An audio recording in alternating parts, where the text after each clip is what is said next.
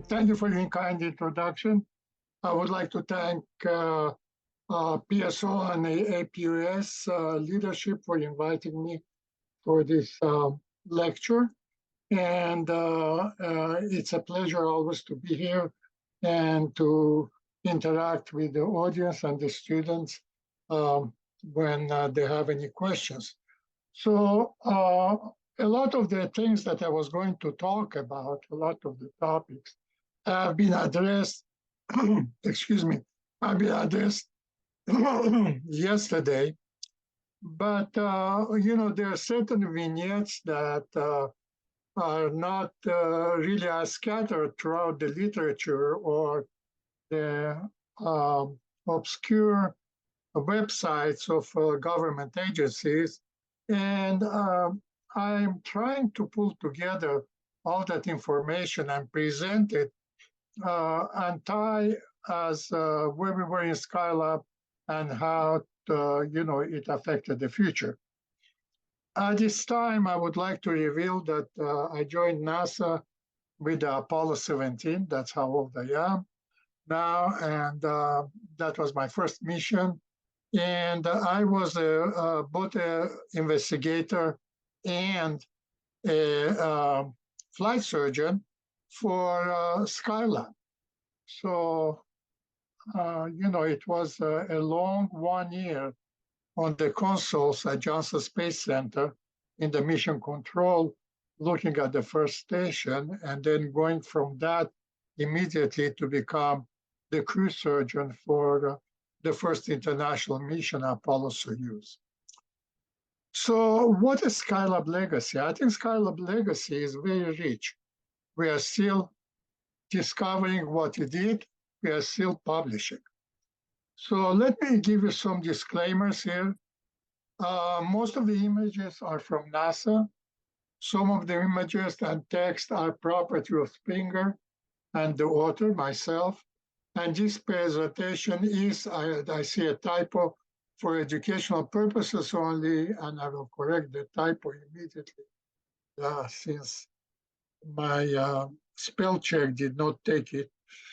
Okay, is for education purposes only, and the disclaimer is the opinion I expressed as solely mine from my experience, do not represent NASA, APUS, or George Mason University. Let me begin with, I was talking about two vignettes. One, it says that the history and the past is a window into the future. But I like the Churchill always. He always had such a good inspirational statement. Says that the farther backwards you can look, the farther forwards you are likely to see.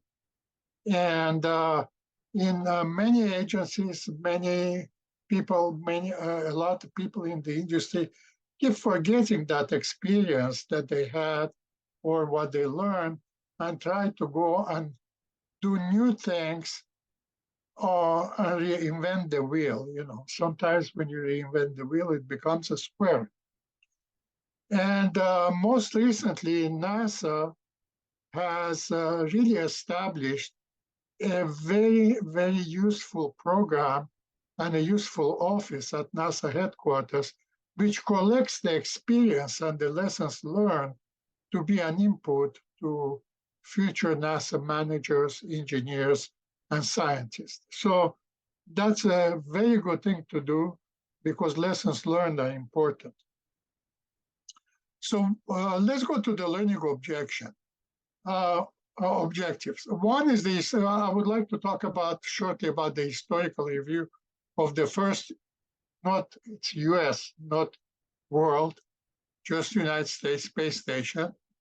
To address briefly the SkyLab operation engineering and scientific accomplishments and SkyLab lessons learned and applications.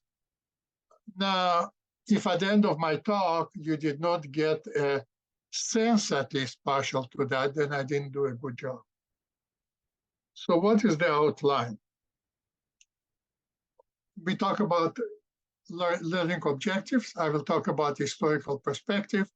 which is very interesting because a lot of the history of SkyLab predated me, my arrival at NASA, or predated I, and and it was very, and everybody had an opinion how it all started and what happened, and it's very hard to dig into that and to find what was the right mix of information.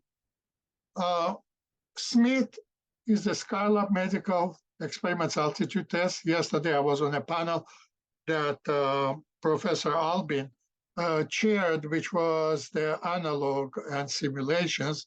And believe me, that NASA still has analogs and simulation for every mission that they are going to go and plan. So Smith was one of those missions which was conducted at the Johnson Space Center in an altitude chamber, and we'll talk later on about that. Then SkyLab orbital configuration and why we went to that configuration, planned investigations, experiment. And what I like is that the SkyLab 2 crew, because the first SkyLab was the station was launched without the crew, uncrewed or unmanned, whatever pleases you. But the crew went in and they found a lot of problems, and they called themselves at the end of the mission, we can fix anything, which is really a good statement given that these days many people cannot fix many things, and it's always costs more. Then we talk about habitability, what we learn about living and working in space, and talk about biomedical and science results, the legacy and conclusions. So historical background, let's talk about that very moment. So Apollo, Mercury, Gemini, and SkyLab were born out of the Cold War and the race to space, because space was a program that country used to demonstrate the technological savviness and achievement and how wonderful they are. But what happened to the Cold War space race? Well, Yuri Gagarin was launched first, so the first man in space was the Soviet, and the Soviets had many firsts, and they used that for a very good tool for propaganda and demonstrating the really technological achievement. NASA was falling behind in the approach, blowing up rockets. But then John F. Kennedy gave NASA a lot of money and said, hey, by the end of this decade, we are going to do a hard thing. We are going to land on the moon. And really, we landed on the moon, okay? But why didn't the Soviets do that? A couple of months before, they were going, Korolev, the Soviets brought the same type of German scientists over as we did, but we got Werner von Braun, who was very known. But the Soviets got also a lot of scientists, and they built the N-1 rocket. The N-1 rocket seen here at Baikonur exploded before the launch. They exploded because of the problem. The general was in charge. Rest in peace.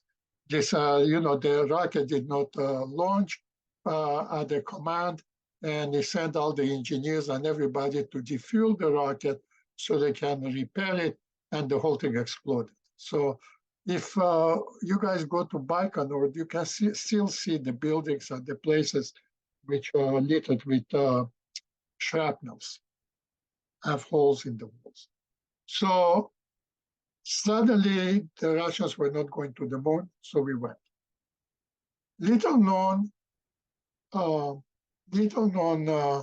fact, or people don't realize, that the Russians tried to recover by sending a moon lander before we landed on the moon, before we landed humans on the moon.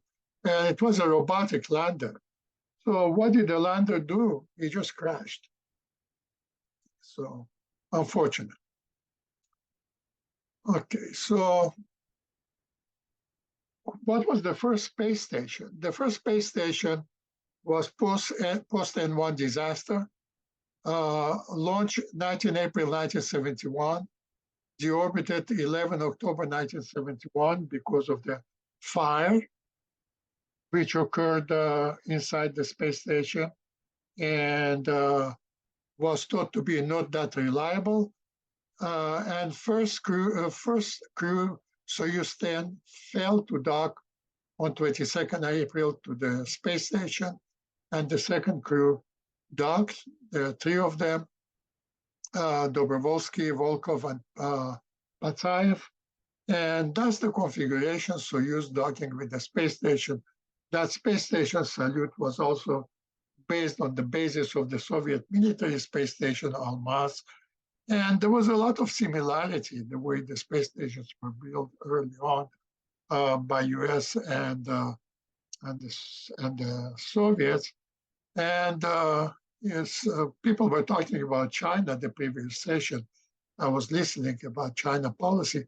And Chinese picked up the Soviet design and just using that for their space station. So what the Chinese is doing, they're taking a little bit from here, a little bit from there.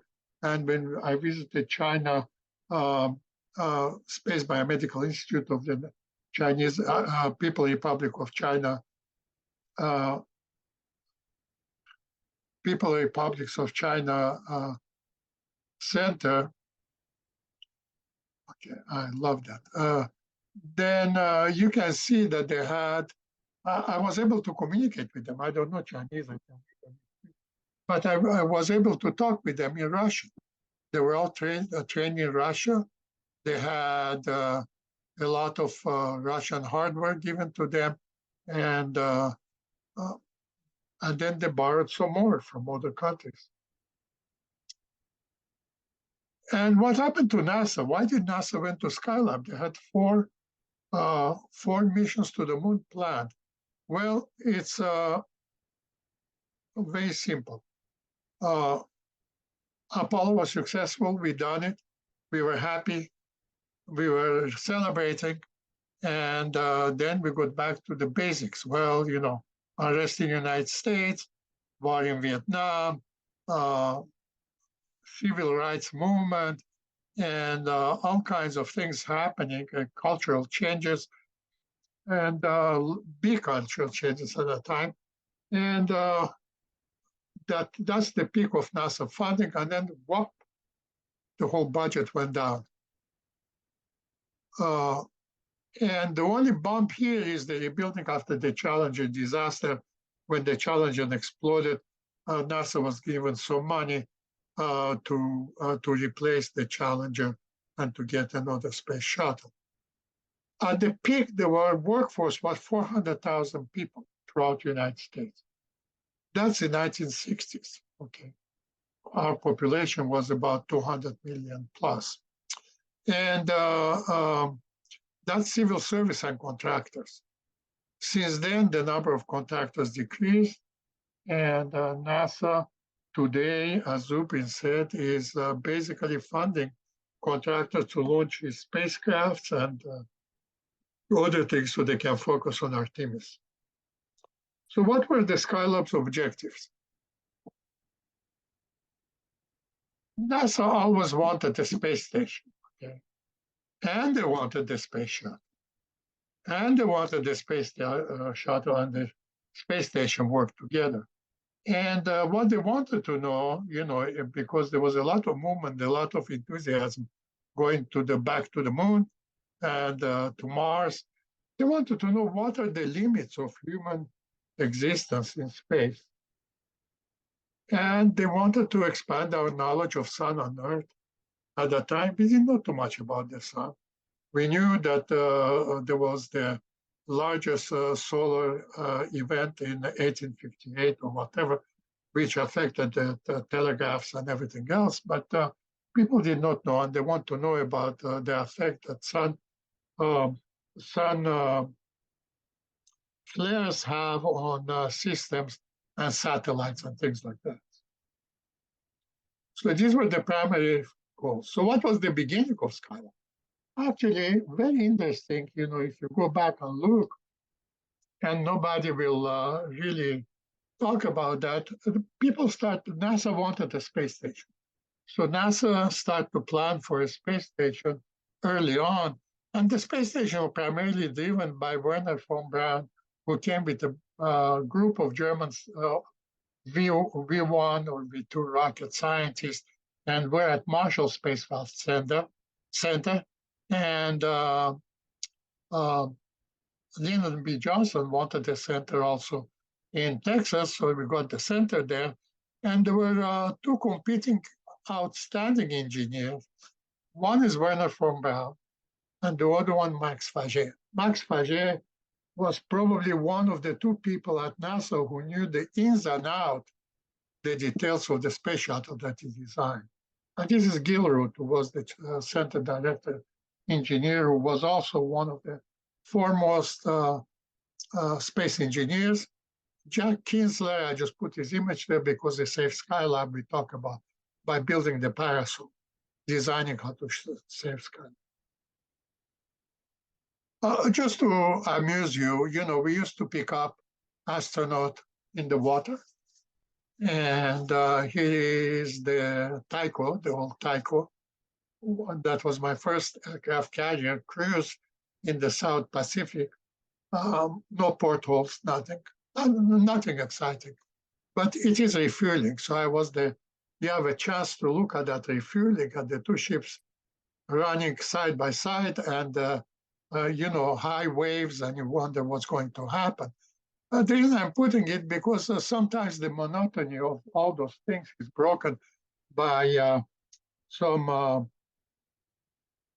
really funny things which can happen.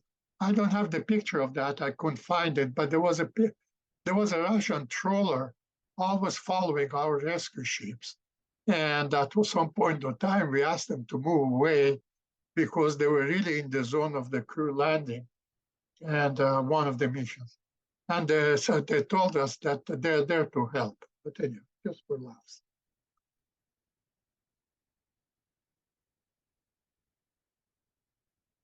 So SkyLab orbital workshops was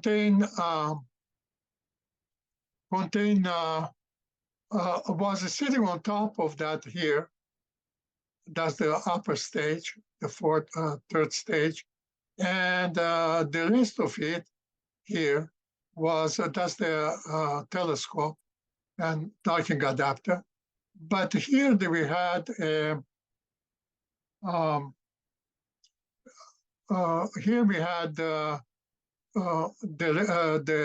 crew quarters and this part. So this is the part where the configuration, launch configuration.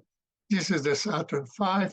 It was one of the Saturns left from the moon program, lunar program, and the question was what happened to the other two Saturns, and we'll talk a little bit later.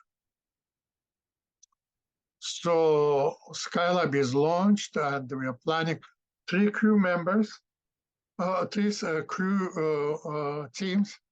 This is the first SkyLab crewed, which is SkyLab 2, because SkyLab 1, if you recall, was launch empty. This is SkyLab 2, and this is SkyLab 3 and SkyLab 4. I have the red marks under some of the names. These are the astronauts who passed away. Most of them passed at the old age, about 80s. Many of them were born the same year as I was born. Joe Kerwin was invited, but he couldn't come. He was on travel. He was the first physician in space. Pete Conrad died at a younger age, at the age of 60, I think a motorcycle in Florida. Who were the contributors? Well, the contractors were everybody who was working there. Those are the big ones. But the agencies which helped us were the National Academy of Sciences. They peer-reviewed the SkyLab proposals. They also helped select, and the influence was to get career scientists on board. National Institute of Health did contribute to us and work with us. United States Air Force, United States Naval Research Laboratory, and Dr. Ashton Gabriel, who is passed away, and his son-in-law is now at Brandeis, having a rotating room, Brandeis University. He was the foremost expert in the world on vestibular dysfunction. So he was at that time at Pensacola, and he was brought in to do neurovestibular studies and American Institute of Pathology. Why are they important? Well, if you recall, the SkyLab, the Salute 1 crew died on reentry. And we didn't know what happened. And we knew that anecdotally, they were not exercising enough because of the vibration that they created. The solar panels almost were in danger to break loose. So the ground control told them not to exercise that much vigorously. But we didn't really know why they died. At this time, before SkyLab started to be launched, we had our relationship with Soviet Union start to warm up, and they told us indirectly, verbally, that they died because of the decompression sickness, since one of the malfunction of one of the valves. All right. So that helped us to have confidence that the crew did not die because of any other probably serious problem. So let's see. So what was the Smith exercise? So he's Bob Crapen, who became still alive. He is one of the great pilots, astronaut pilots at NASA. And there is Bobko, and there is Bill Thornton, a physician who flew later on the shuttle. He is Bill Thornton. He is very active, very innovative, and an inventor. And he is working, you won't believe it, on the bicycle ergometer. He broke the pedals. As a result of that, we were able to identify malfunctioning of the bicycle ergometer, which would have ruined the whole exercise program on the space station. Said spare parts with the SkyLab 2. And after 56 days, they emerged, and here they are. And they were greeted with a lot of fanfare. And here is the chamber, which was an altitude chamber, test chamber. That's where they spent all their time. And they worked very hard to identify hardware failures. So SkyLab Science, there's a service module, there is command, there is the Apollo telescope, lunar mount, those are solar panels. There is the orbital workshop and the instrument panel, Earth Sciences, and the workshop had all the biomedical. So what were the investigations? Biomedical was endurance, living and working in microgravity, study of the Earth crust, observe oceans and beneath surfaces, the sun, life cycle and electromagnetic activity, astronomical observations, comets and other phenomena, material sciences, manufacturing alloys, crystals, and fluid. And then out of 1900, we started to use student experiments. And it involved 28 scientists involved scientists from 28 countries. So it was a sole U.S. spacecraft developed, and all the stuff was ours, instruments. There were international participation.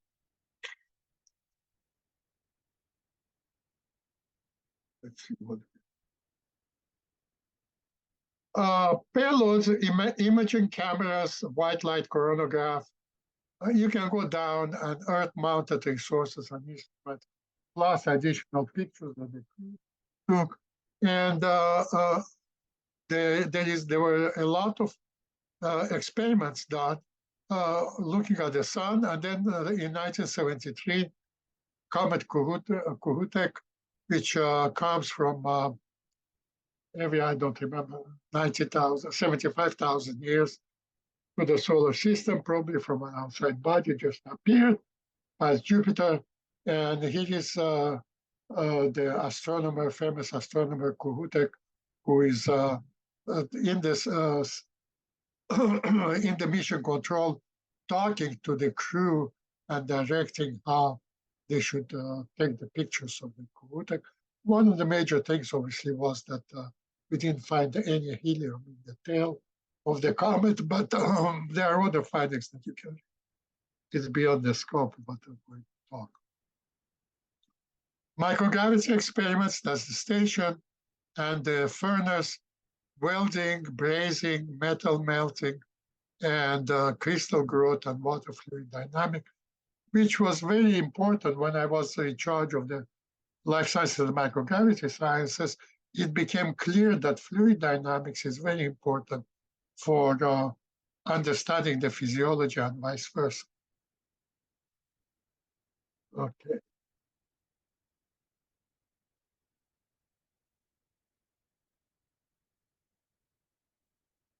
So we can fix everything. Apollo application program, that's what the crew SkyLab 2 called themselves after they put the parasol.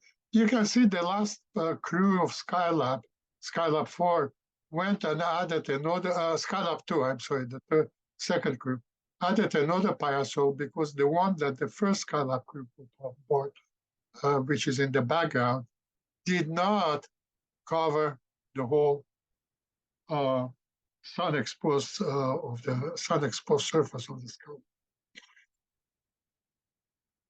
Okay, so you can see here, SkyLab went up, everything worked well.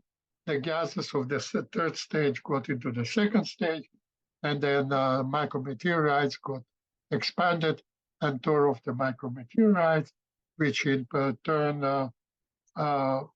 tore off the weakened solar panel, one of the solar panel, and the fragments just jammed the other solar panel. So one solar panel not deployed, the other solar panel out, and exposed surface of the gold, whatever leaf, which is to protect against radiation micrometeorites, is exposed. And who are the people? These are the unsung heroes who took the mylar and nylon and aluminum, and at Johnson Space Center, they created the first shield. And those are the seamstresses and engineers who are really working on creating the first parasol to cover this area. Picture from SkyLab shows things dangling while the first SkyLab crew went and flew around.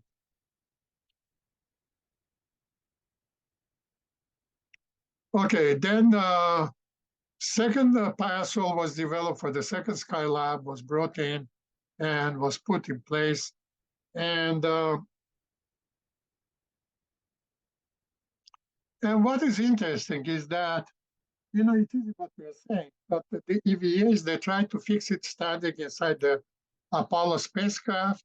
It didn't work, almost lost one of the astronauts floating away. They tried to free everything. So they had a serious problem. And we had a very tense time, 24/7 in the mission control, watching the whole thing and trying to work the problems in the facility, training facility and water immersion facility of the Johnson Space Center, have passed on procedures to SkyLab crew because they had some instruments, cutting instruments and things like that, and they didn't have a parasol with an extension pole to deploy, but the procedures were not well worked out. So what was the habitability?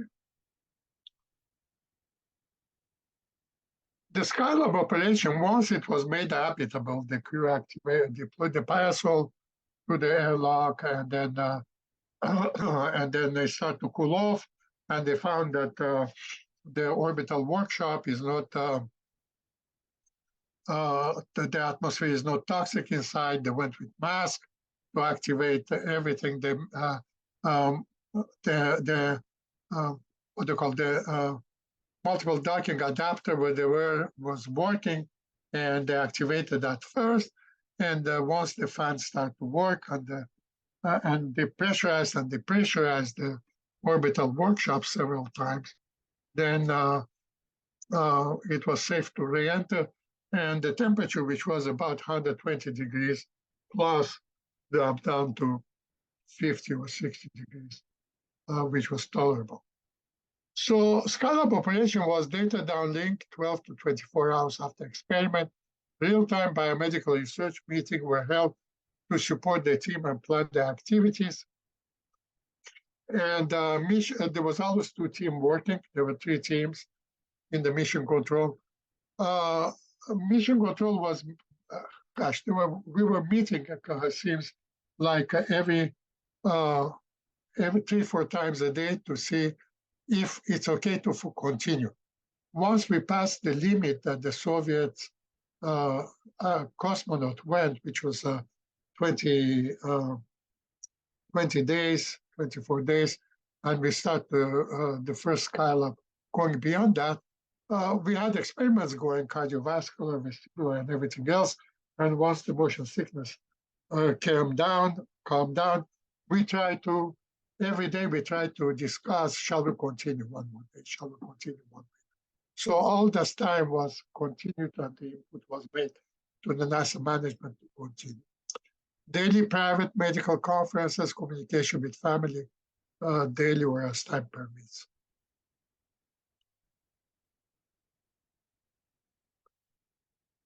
Life on board, there were good surprises. Putting trash, which was at the bottom of the SkyLab orbital workshop. You can see the trash goes in. There was a big receptacle. So, everybody celebrated Christmas on the holidays in space. And here's the makeshift Christmas tree out of the remaining parasol pole. This is the SkyLab 2 crew left for SkyLab 3, a mannequin to surprise them that there was somebody sitting there, because there was kind of a month or so between the launches. So when the SkyLab crew would come in, they would be surprised they thought somebody is left there. And having haircuts, you need to do that. And there was a shower. That's the only shower we ever had in space. And they also, you can see the crew member is holding, that's the SkyLab 2 crew, SkyLab 3. I always get confused. Holding the vacuum cleaner to get the hair out. Okay. So now you know there is, when there is those electric shavers that we have, groomers, which has a vacuum cleaner, where that came from SkyLab as a legacy. Okay, waste management was designed only for men, not for women. That's why women did not sleeping. And that's the compartment with the sometimes uncomfortable. The crew is restrained, and so they don't float away. And you can see the head cap, which is for sleep monitoring, was done there. So, and the crew reported at night when they were sleeping, they would see light flashes, which seems to have been Cherenkov effect of HC particles. Okay, then nutrition, that was talked about yesterday, and that was the only one which was very important time for the crew to have meals together, and that still happens in SkyLab on the International Space Station, and food bars from future missions, which were originated, was high energy food bars, were sent with Skylab crew because, during in confine of small spacecraft, crew is not active and they feel they didn't use that much energy except working on the moon. And people thought that they don't need that much food, so they dropped the amount of food to be taken. And obviously, uh, it was a miscalculation, so they had to supplement it with high energy bars, sport bars, and then this is the experiment. And when you recognize that all those things which are here automated, and they were sent to different, and there were telemetry data attached. So this is what we have now.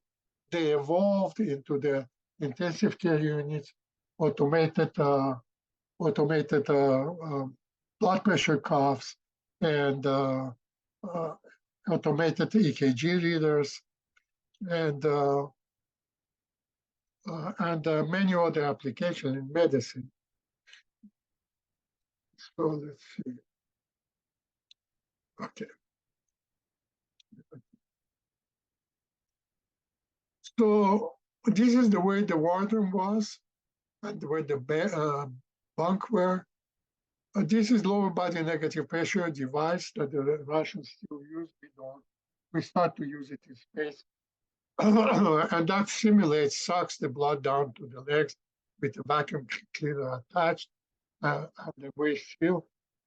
And this is taking if you recall, in Apollo moon missions, we used to get the crews into the helicopter and hoist them to the spacecraft, which was not, or hoist them to the helicopter and then land them on the aircraft carrier deck.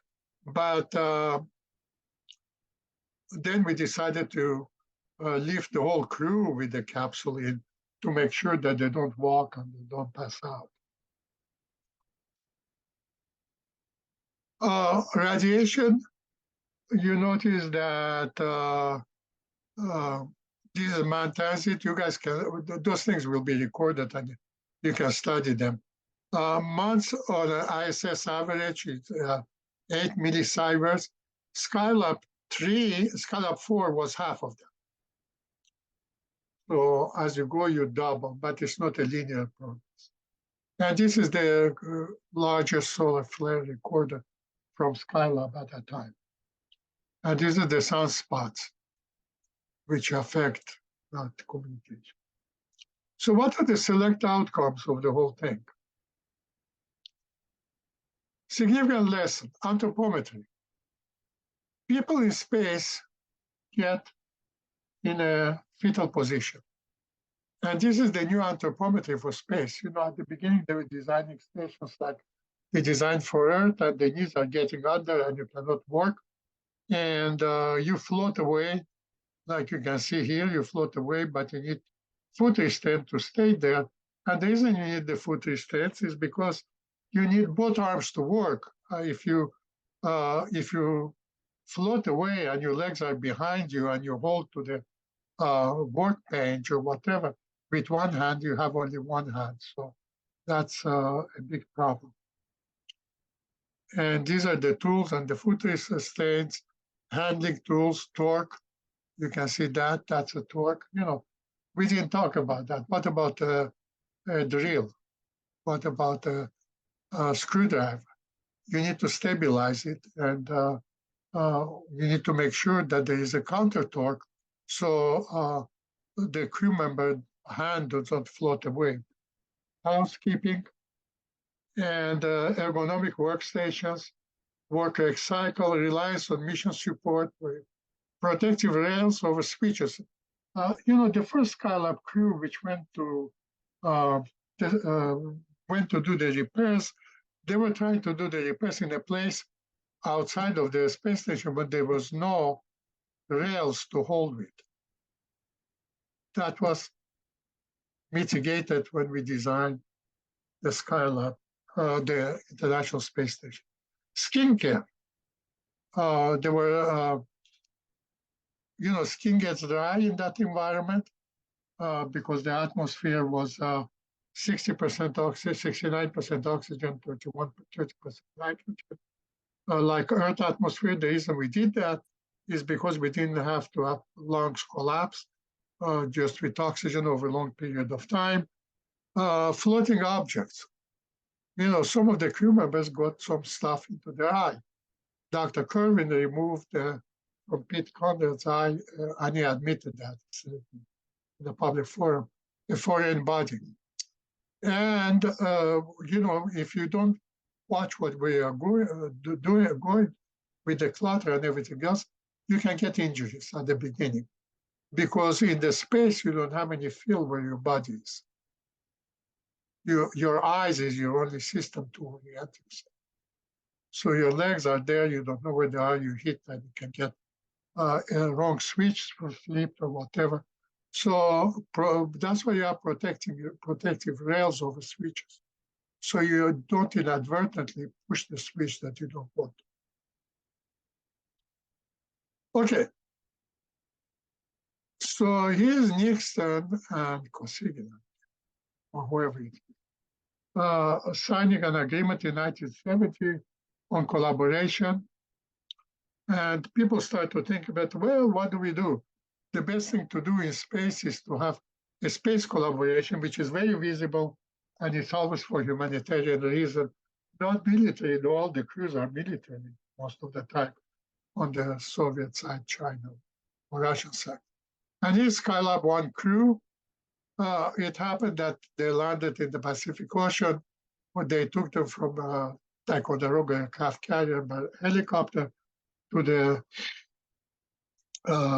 California west side White House, and they speak Conrad giving the thanks to the both guys, and they're talking already about the joint mission Apollo-Soyuz that I was a crew surgeon. All right, the multiple docking adapter is here from the space station because that was the docking adapter that North American Rockwell and MPO Energia produced for Apollo-Soyuz. Okay, what else? What else? Well, very interesting. Food system. There's a lot of food which was prepared at Johnson Space Center, which finds its way as a production within the commercial. But most importantly, I want you to pay attention to that. That's what Chuck was talking, Professor Torn was talking yesterday about the Papaho Indian mobile van that he showed. Okay, go away. And this is a NASA system, and that's a physician bag. It has telemetry attached, it has a KG attached. We had an ultrasound, and there were otoscopes and ophthalmoscopes and blood pressure cuff and oximeter and everything else. And that was transferred, to a central place. So, and where did it end up? One of those bags ended up on Mir Station. We were flying together.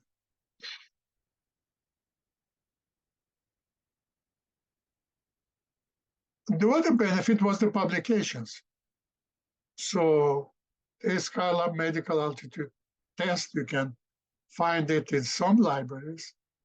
There's SkyLab biomedical results and living in working in space, history of SkyLab, the NASA publication. If not, you can write to NASA and see if you can get those. We are still publishing about SkyLab, 20,000 peer-reviewed presentation, NASA technical memorandum. Let's see. What evolved the recovery Apollo to SkyLab 4? Uh, this is the Apollo 17 stable 2 sitting up. The crew brought on deck of the aircraft carrier. This is the SkyLab lifted with the crew inside. This is the crew exiting. You notice that the first crew is walking. The third crew was extracted with this, whatever you call it, this platform, because they were afraid that the crew won't be able to walk. And wearing the anti-gravity suit, they were able to walk, and they did very well. And probably the 3 months in space did not affect that much the crew. And the reason it did not affect because Dr. Thornton built a treadmill that was flown to last SkyLab mission since the other two crews were falling behind on exercise.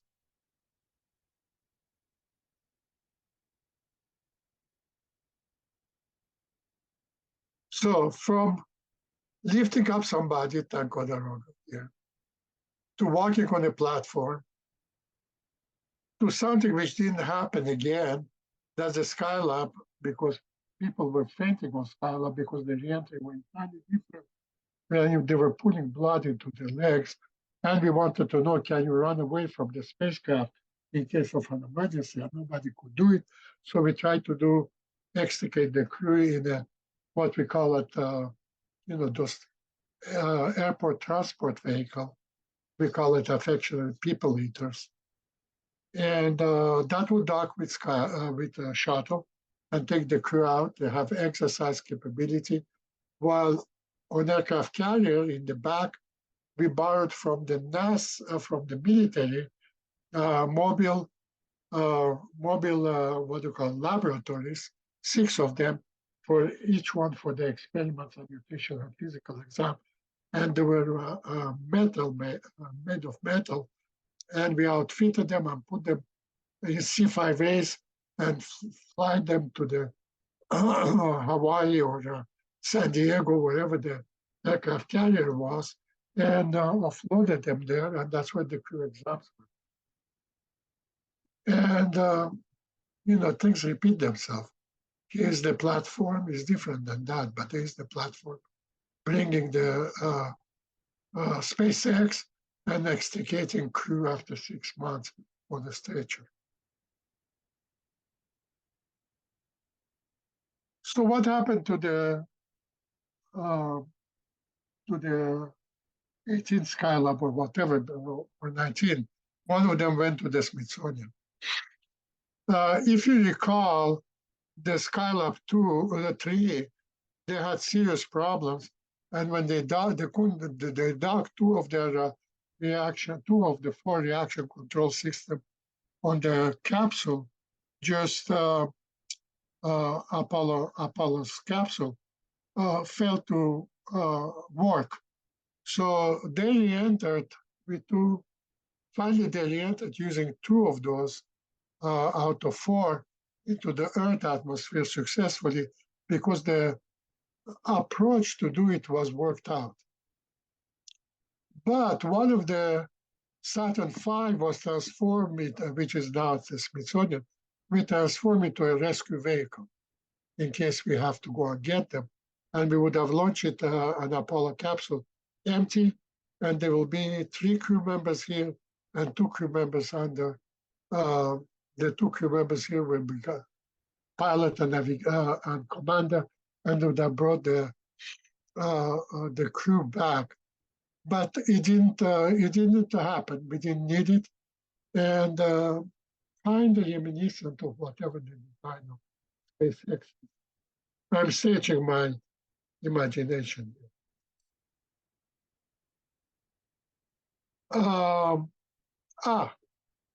We started in SkyLab student experiments, and we continue still. And the student experiment now counts about 2 million plus K-12 engagement since SkyLab. And we had 39, like I said, we selected 9 And here is Kathy Jackson. She's a professor at the university now, demonstrated the sensory motor experiment to Walter Cronkite, who is dead. He was one of the biggest fan of the space flight. He was the big commentator, especially during Apollo 13 accident. And here's Kathy Jackson with this Arabella, picture of Arabella. There were two spiders, Arabella and Anna. And that was another drama because, you need to read about that. It's so long. They won't come out of their vials. They were fed a fly meal and they were sitting on the water sponge so they can drink. They wouldn't come out first, then they came out and spun the web and everybody got fascinated in the mission control about two living things, two spider nodes with three astronauts. So they want to return them, but they died. And they brought them in there in the Smithsonian now, Air and Space Museum, and we decided that and it was determined that they died from dehydration. The Apollo crew even wanted to put the live ones if they were alive, into the spacesuit to bring them back. Big drama. So here is the SkyLab B legacy. There's a SkyLab, remember I told you, which was supposed to become the rescue vehicle. But what did we use the rest of them for? Well, when we were planning for International Space Station, NASA designed the Space Station Freedom using the SkyLab model, but larger. And they were going to put an artificial gravity centrifuge on the bottom. Then all the international partners were invited and they said, hey, we don't want to live in a skyscraper here. Each one has a floor. Why don't we have modules? So the whole thing fell apart, and the plans to include with that SkyLab with 1976 US bicentennial fell through, and the remaining Apollo craft were used for logistics, was put in storage and later delivered to NASA. But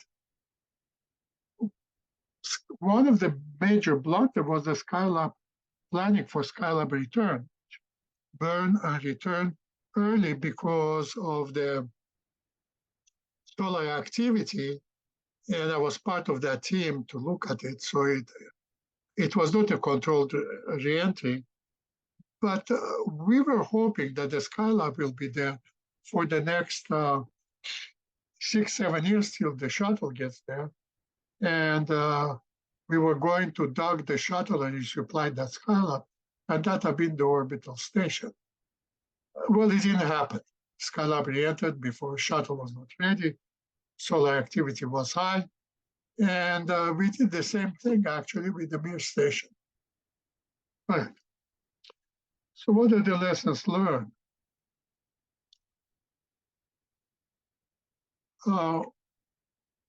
That's what Dr. Polk talked about. Limited resources and resupply was until a viable self-sufficiency is developed. It requires continuous performance and training. Reduce human operator error is important.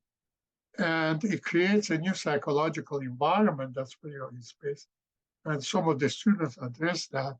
And the APUS is doing some psychosocial studies in their with the IAA in the inflatable modules. But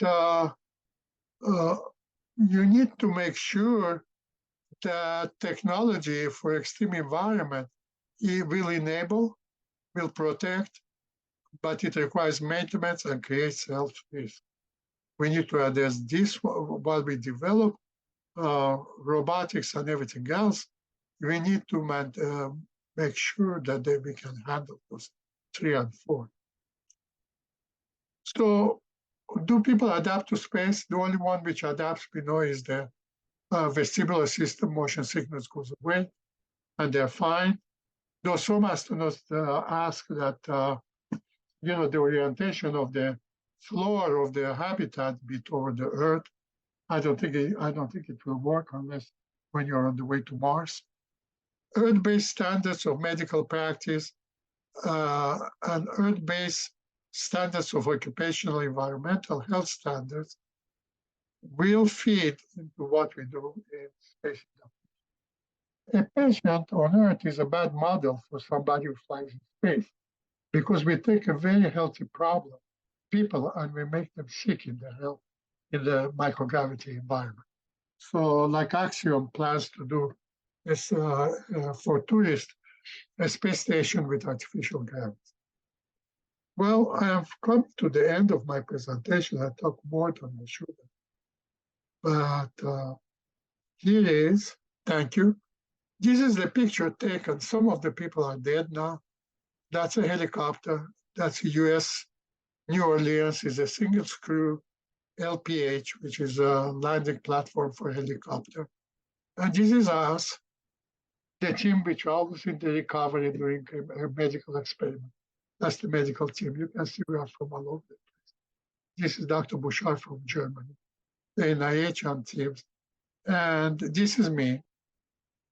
I was younger then.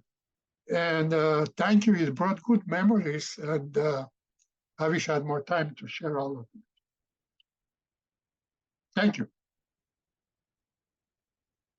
Thank you. This was an excellent presentation. I just want to take the time, there was a couple questions.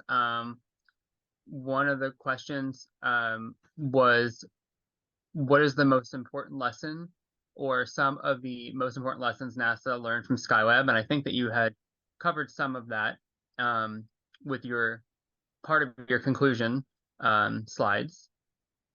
But if you wanted to elaborate on that, we have a few minutes. Well, the important lesson was the first step to extend human presence in space and the ability to design systems which are compatible with living in space. And the major lessons that we learn is that some of the changes like bone and muscle, and Dr. Polk talked today, continue. Some of them are adaptive and some of them are pathological. The adaptive is that you don't need that many red cells. The adaptive, you lose some fluids. But when you land in a gravity field, that becomes an impediment. And,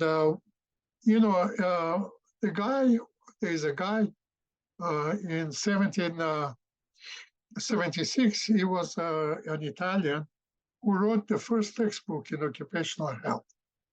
And his lesson is always stuck in my mind because he addressed all the occupations in the 18th century or 17th century that people knew about, working in the mines, effect on whatever.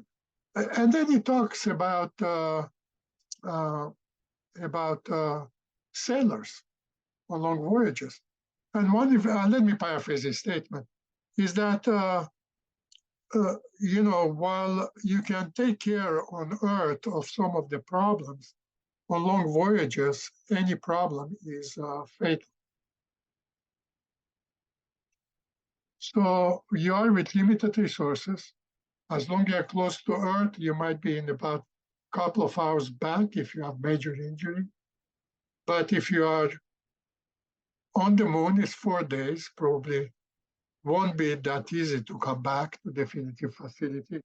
The gateway itself, which is sitting there, the logistics, the gateway station, will not be a good place to have. They can store things, but I'm not sure. We don't have a hospital. And so, anybody who gets sick seriously might be a serious problem and can be fatal. So that's why we select very healthy people. So that's one of the major lessons that you need to understand. And one of the things that The second lesson Don't that mean we to, know I now don't mean from, to interrupt. We're running over, so yeah, please go ahead. appreciate the extra information, and thank you for answering the questions. And again, this was an incredible talk. Thank you, everybody. We'll see you. We hope to see you in the closing remarks starting in a couple of minutes.